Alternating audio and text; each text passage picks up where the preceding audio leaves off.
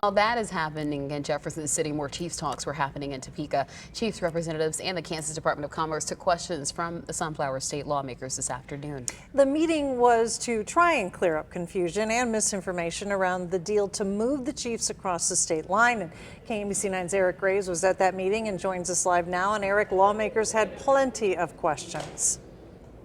Yeah, really about an hour and a half worth of questions this afternoon here inside the State House in Topeka. Some of the topics lawmakers wanted to know about: how big this Star Bonds district was going to be, how quickly those Star Bonds could be paid off, and if the Chiefs have any plans to work on increasing the infrastructure around a potential stadium site. About that Star Bonds district, most of these questions were answered by a man named Corb Maxwell, an attorney working with the Chiefs. He says right now they're working to determine the boundaries of the Star Bond district. He called it a complicated process and one they're still working through. Lawmakers we talked to, though, anticipate the Star Bond district to be about the same size as the one that's already been floated by the state of Kansas. That includes all of Wyandotte County and about half of Johnson County.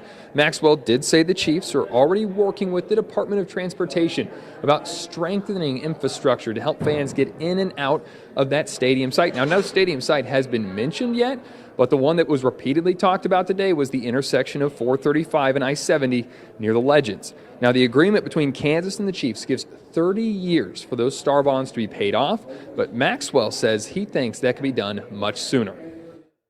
If you look at that region and you look back at its historic growth rates, and then you consider that that region should grow faster because of all of this economic activity that we're putting into it, that's how I make my projections that this has the ability to and should pay off in under 15 years.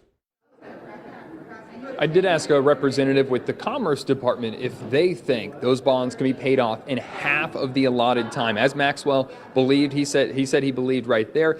They said they did not want to comment on that since the boundary district has not been drawn yet. Coming up at 5, we'll have more questions from lawmakers and the answers they got from that attorney with the Chiefs and also the Department of Commerce. Reporting here in Topeka, Eric Graves, KMBC 9 News. Eric, thank you.